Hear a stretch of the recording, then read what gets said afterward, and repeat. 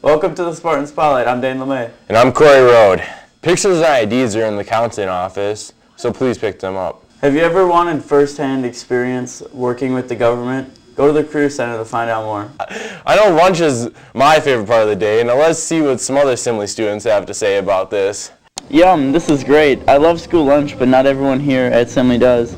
We asked some other students and got some more opinions. There's some good school lunches and there's some bad school lunches. You know, they're mostly bad, but the Jose Olays, those are good. And you got the a la carte pizza, those are good. And shrimp poppers. And then you got them mashed potatoes, those aren't really good. They just stick together. You know, they're not too bad as everybody says, but some of them are not that good. I like the pizza and everything, and most of the stuff from a la carte's pretty good. I think it's kind of lame because like there's a lot of gross food, except like bagels. And the food in the lunchroom is really bad because it's all greasy and stuff, and it makes me get hives. So I just go to a la carte. Honestly, school lunch, I think it's tight. I pretty much eat whatever is in front of me, you know what I mean? I think that it could be better, honestly. Wednesday's good though because I like pizza. And the tacos are always good, but it could be improved. There have also been some changes in the lunchroom. Students only get dessert 2 times a week, and if you do not have more than 3 things on your tray, it costs more money. Most students were not informed on this. No, they didn't even tell me about anything. They just take your money. There appears to be many different opinions about our lunch. So eat what you like, Simile. This has been Dane LeMay reporting for the Spartan Spotlight. With the volleyball team exceeding this year, let's go to Tom to take a closer look. After coming off a big win over Mata Midai, the girls have a chance of entering Section 2nd in the conference. After Tuesday's senior night, the girls still rely on some top junior playmaking. One of our key players that we have is probably Kelly Barnes. She's a libero. And another player we have is Melissa Wells. She plays middle. 2 other really good players this year for us have been Natalie Wellseth. She's a top-ranked player in state. And Simone Rader is doing really good for us on the outside and very consistent. With the girls 15-5 overall, they're on their way to being second in the conference. We're having a great season from a win-loss perspective. But, you know, the kids are working this year as hard as they worked last year, and the work they put in last year really has helped us have a successful season this year. Our current record is, we're 9-3 in the conference, and we're 15-5 overall. The girls hope to keep winning after their big win at senior night over Mata Midai. We're 9-3 in conference, so we're doing really good this year. Our goal is to get second in conference, so. And yes, I like wearing spandex. With their winning record, the girls seem virtually unbeatable. This has been Tommy Plotty for the Spartan Spotlight. Good job on the story, Tom. Recently at Simile, there has been a lot of talk about line budging with upperclassmen.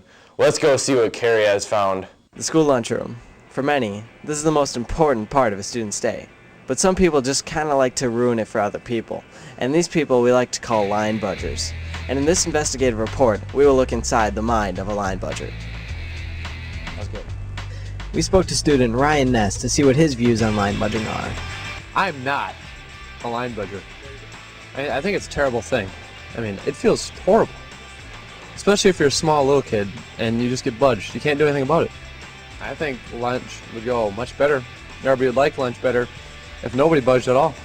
Well, usually in this line right here, it's usually where the most budging goes on because it's the easiest because they walk in and then they stand next to their friend. Oh, do you know the answer for the math? And they like walk up and go in the line or like, oh, hey, what's up? And then they'll laugh and go, ha ha ha, and then they'll just stand there. Yeah, I think there should be a punishment given out to all the line budgers out there. I think they should be suspended from school. Yeah, that should happen. We were lucky enough to get an interview with a convicted line budger who consistently cut in line at lunch. This is what he told us.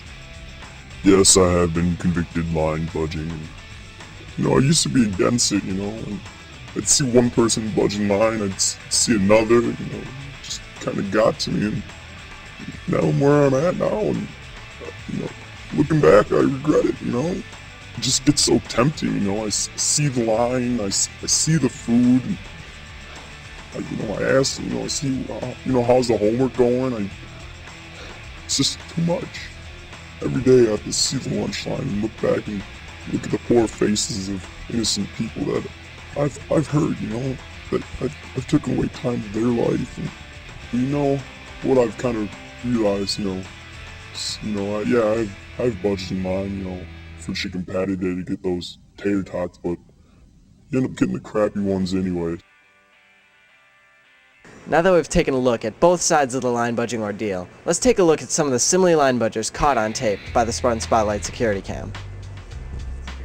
Here we have a very normal looking simile lunch sign here. Taking a look at International Avenue. Up, right there. Did you see it? Let's take a look at that again.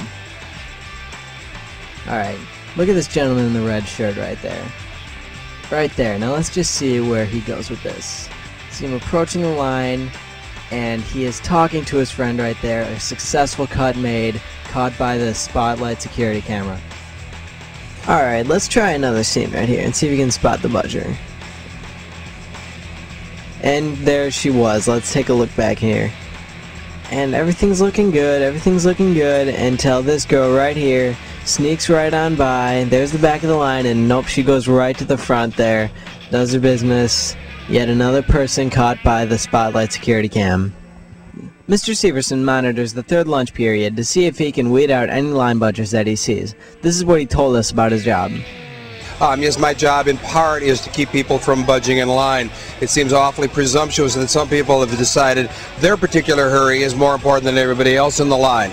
So my job is to stop them from doing that. Well, that's the end of this investigative report on line budging. Now hopefully, you can decide on your own, Simile, whether you think line budging is something that you should think, oh, if you can't beat them, join them, or, maybe just expose the line budgers and help out people like John Severson. This has been Kerry Schneider reporting for the Spartan Spotlight. That's some good investigative reporting, Kerry. I appreciate it, and now everyone will be safe in the lunchroom from line budging. With global warming these days, we need to do everything we can to protect the earth. Ms. LaMontagne has started a recycling program. Let's hear how excited she is. Yes, we are very excited to start our recycling program here at Simile High School. Each recycling bin will be put in every classroom here at Simile. They all have a letter on what can go into the recycling bins. We have newspapers, magazines, junk mail, and envelopes, school papers, office papers, aluminum cans, and plastic bottles with necks only. It is very important that we don't put anything in the recycling bins that don't belong. So if in doubt, throw it out. And please make sure all the liquids are gone out of the plastic bottles and the aluminum cans before you put them in. Thank you for helping make this world a better place. Thanks, Ms. LaMontagne, for the recycling program. Well, that concludes this week's edition for the Spartan Spotlight. I hope you had fun listening to me. I'm Corey Rode. I'm Dane LeMay. You stay classy, Chicago.